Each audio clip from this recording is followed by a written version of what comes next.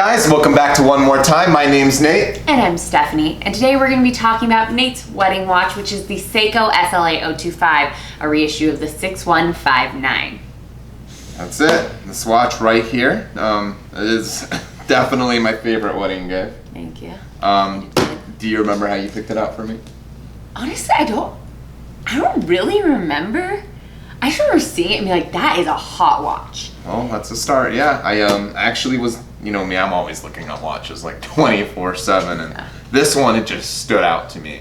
It's beautiful. It has great history, and when I saw it, I loved all the design elements. Actually, you know what? Sorry to interrupt, guys. So, no, you bought it.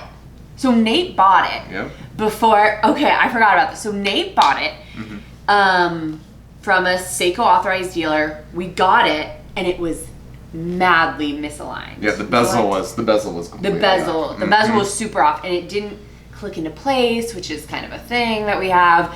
And we tried to kind of get over it, and by we, I mean him. He ended up returning it. It was a long process. I sent it back. I never wore it. I sent it back under warranty We repair. sent it back to Seiko, New Jersey. It came back worse after that, and be it honest. was an absolute nightmare. Okay, yeah, this is all like coming back to me. And then I ended up searching all over the United States with authorized Seiko dealers to get him this SLA025. It's a really cool watch, so let's kind of get into it. Yeah, and I do remember when you were looking around for it that you tried finding one with really good alignment. And again, this one's like 98% there. It's pretty good. It's acceptable. I tried. You did a phenomenal job, mate. All right. So yeah, let's get into it. All right.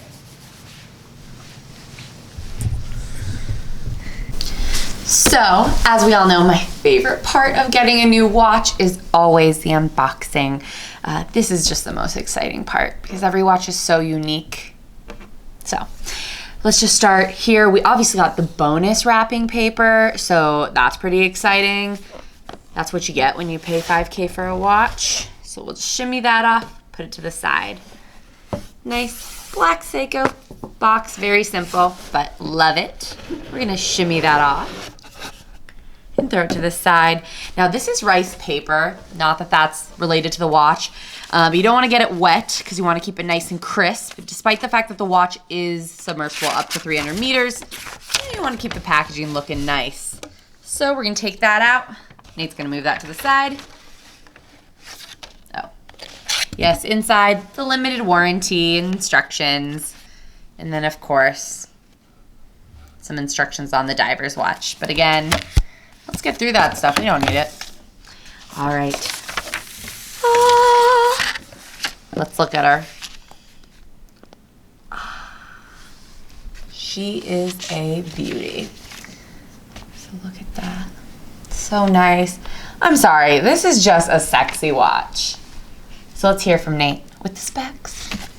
All right. Obviously, this has been unpackaged before, and I tried putting it back together just as the way I got it.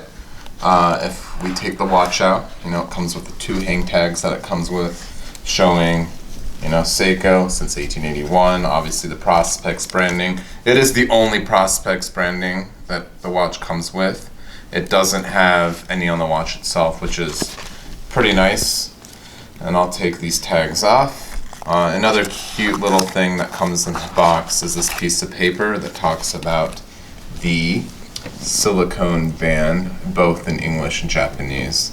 All it says really is if the band gets dusty to wash it with water, which I think is kind of silly, but hey, so be it. Obviously, black pillow, fake leather, standard affair, nothing special there. We're gonna move this to the side now and start talking about the watch. Alrighty, so let's get a nice zoom in here. Just 1 second. Alrighty, and here we have the watch, the SLA025. I am going to just jump right into it. We're gonna start with the dimensions here. It has a 19 millimeter lug width. It has a 51.4 millimeter lug to lug, and this watch is 15.7 millimeters thick, which I'm going to touch on in a little bit. The width here is about 44 millimeters. And we're going to start with the dial here. Now this dial, the first thing you're going to notice is that super smooth second hand. This watch beats at 36,000 beats per hour. It has an 8L55 movement. The indices are all highly polished, and as you can see, especially at that 9 o'clock marker, that reflections that it gets with the light changes. The hands, highly polished and faceted as well. The date window, very, very beautifully done and well balanced. It does have a golden border to it, so it balances out this 9 marker very well. Next, we're going to take a look at the bezel. The bezel is highly polished. It is very similar to the original Marine Master bezels. For those familiar, that model number is SBDX017. On the bezel, you will also see this highly polished and finished coin edge bezel. Now, I like it. It's cool, it's unique, but it is a little tall, probably taller than it needs to be, and adds unnecessary height to the watch. It does have very, very good actuation. This particular model is just a hair off, but lines up for the most part. It's good enough for me. The ticks are very smooth. Unlike the other Seiko models I've used, such as the Tuna, it has very lightweight clicks. One design element that I think may have been intentional is that when running this bezel underwater and turning it, it becomes stiff. And this might be done just to prevent it from being bumped underwater and moving.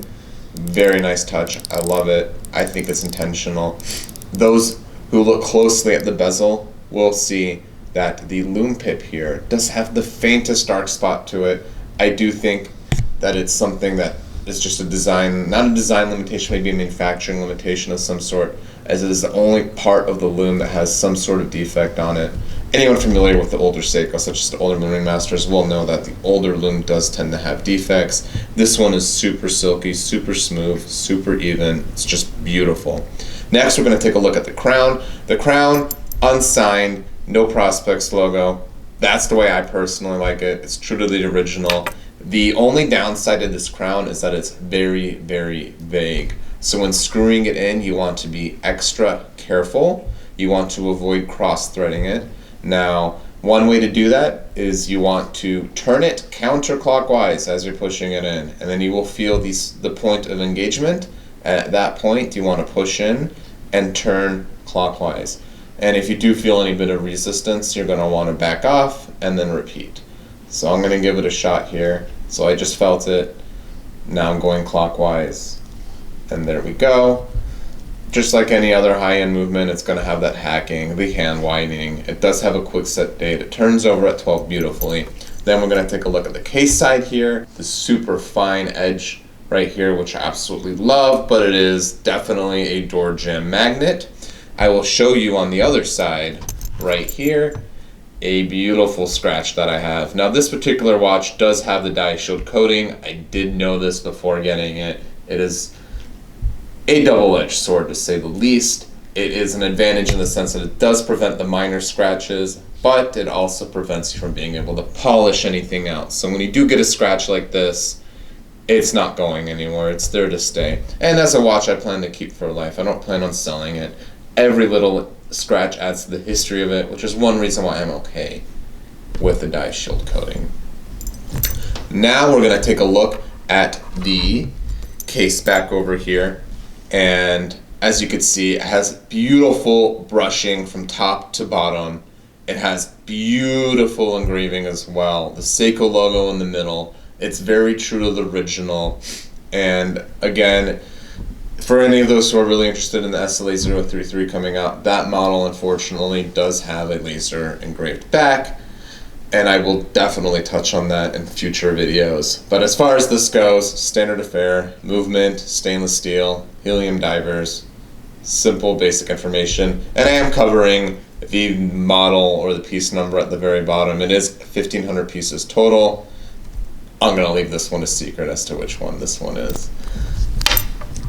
And back to the dial, we have that super curved and reflective crystal. It does have an anti-reflective coating, as you can see, but again, it's not perfect. You can definitely get the reflections, especially with artificial lighting.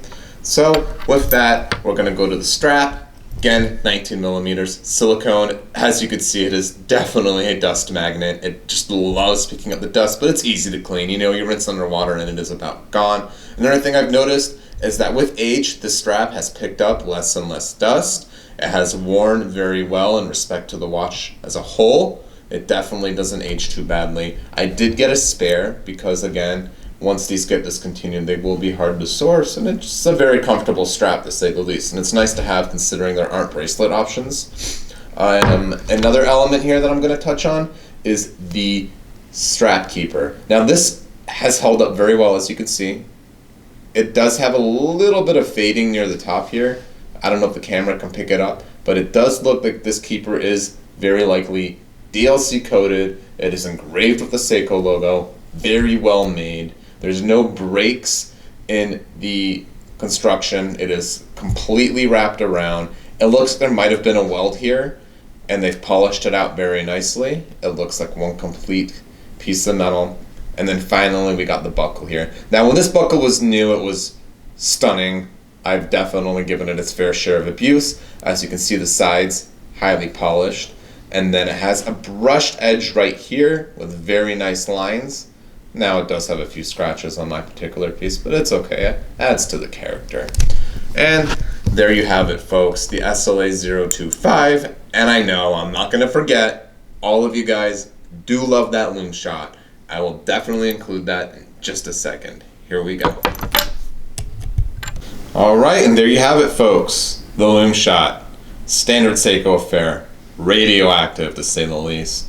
The lume pip, as you can see, it is green. The red lume doesn't glow from what I can tell, but again, it's more than what you could ever ask for.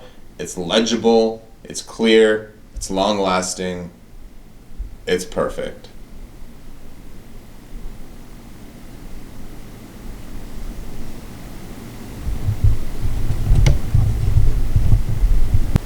All right, now that we got the wrist shot out of the way, let's jump into this. All right, so closing thoughts here. Fantastic wedding gift. I couldn't have asked for more. Thank you, honey. But that said, I don't think I would have kept the watch under any other circumstance. Agreed. So it's, first of all, for me, it's a very expensive watch. And I feel like with the dye shield coating, the bezel looks like an acrylic-like material, highly polished, highly susceptible to scratches.